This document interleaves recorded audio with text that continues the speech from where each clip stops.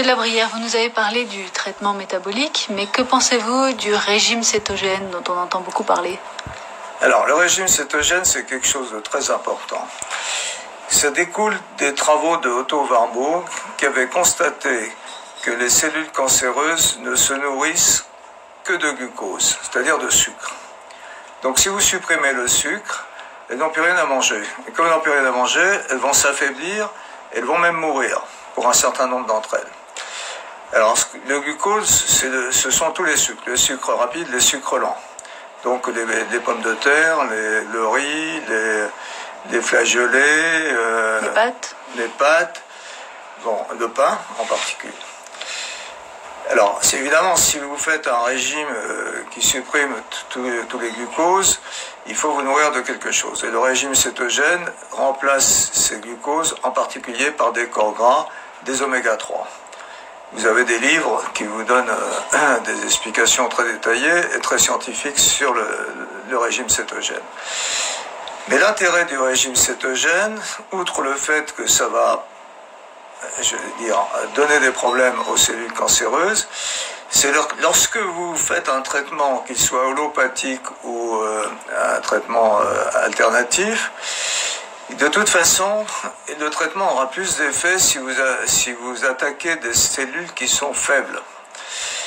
Or, si vous faites un jeûne avant une chimio, un jeûne ne serait-ce que de 14 à 16 heures, mais ce serait mieux si vous faites un jeûne de 24 heures, eh bien, les cellules cancéreuses, lorsque vous allez faire la chimio, vont se jeter sur les produits de chimio parce qu'elles vont essayer de se nourrir.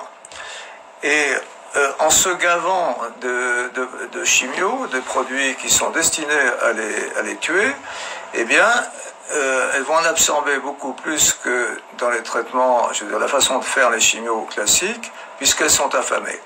Et en absorbant beaucoup plus, vous avez deux effets. Le premier effet, c'est que la chimio sera beaucoup plus efficace, et le second, c'est que comme les cellules cancéreuses vont manger beaucoup du produit, eh bien, il y en aura moins pour les cellules saines, donc les cellules saines seront relativement préservées, et les effets secondaires des chimios vont être beaucoup moins forts. C'est pourquoi, si vous en parlez au préalable avec votre oncologue et que vous arrivez à le convaincre, non seulement vous obtiendrez des résultats, mais vous pouvez lui demander aussi de réduire les quantités de chimio. Parce qu'en réduisant les quantités de chimio aussi, elles sont plus efficaces que normalement à cause du jeûne des cellules cancéreuses, eh bien vous aurez le même effet avec beaucoup moins de produits de chimio, donc vous aurez encore moins d'effets secondaires et d'affaiblissement de votre organisme. Et c'est valable pour le traitement métabolique. On peut prendre le régime cétogène en même temps que le traitement métabolique. On peut effectivement, et c'est même d'ailleurs conseillé, prendre le régime cétogène. Pourquoi ? Suivre le régime cétogène. Parce que vous allez affaiblir vos cellules. Et il y a un certain nombre qui vont mourir. Bon, vous n'arriverez pas à tuer toutes les cellules cancéreuses puisqu'il y a toujours un reste de glucose dans l'organisme. On a quand même besoin de 30 à 50 grammes de glucose par jour. Et donc, il y a des cellules cancéreuses qui arriveront à continuer à se nourrir ou qui trouveront, je dirais, des petites cachettes où elles pourront survivre. Et donc, elles seront toujours là. Ce qui fait que les meilleurs résultats qu'on ait obtenus avec le régime cétogène, lorsque les gens se sont contentés de faire que cela pour lutter contre leur cancer, le meilleur résultat, c'est une rémission en général de l'ordre d'1 an, quelquefois de 15 mois. Mais après, le cancer repart. Et il repart plus lentement, mais il repart parce qu'il y a toujours des cellules cancéreuses.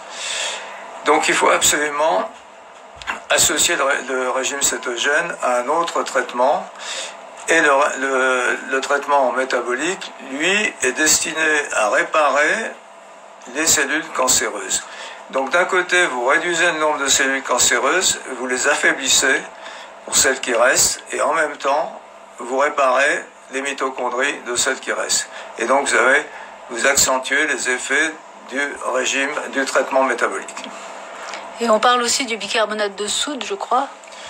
Alors le bicarbonate de soude, c'est une autre approche, mais qui est complémentaire. Les cellules cancéreuses, elles se divisent par deux. Et elle se divise dans un milieu acide. Et cet acide, c'est l'acide lactique, lequel est provoqué par le métabolisme des cellules cancéreuses. Donc en réduisant l'acide, puisque le bicarbonate de soude est une base, c'est-à-dire un alcalin, en réduisant l'acide, vous réduisez les possibilités des cellules cancéreuses de se diviser.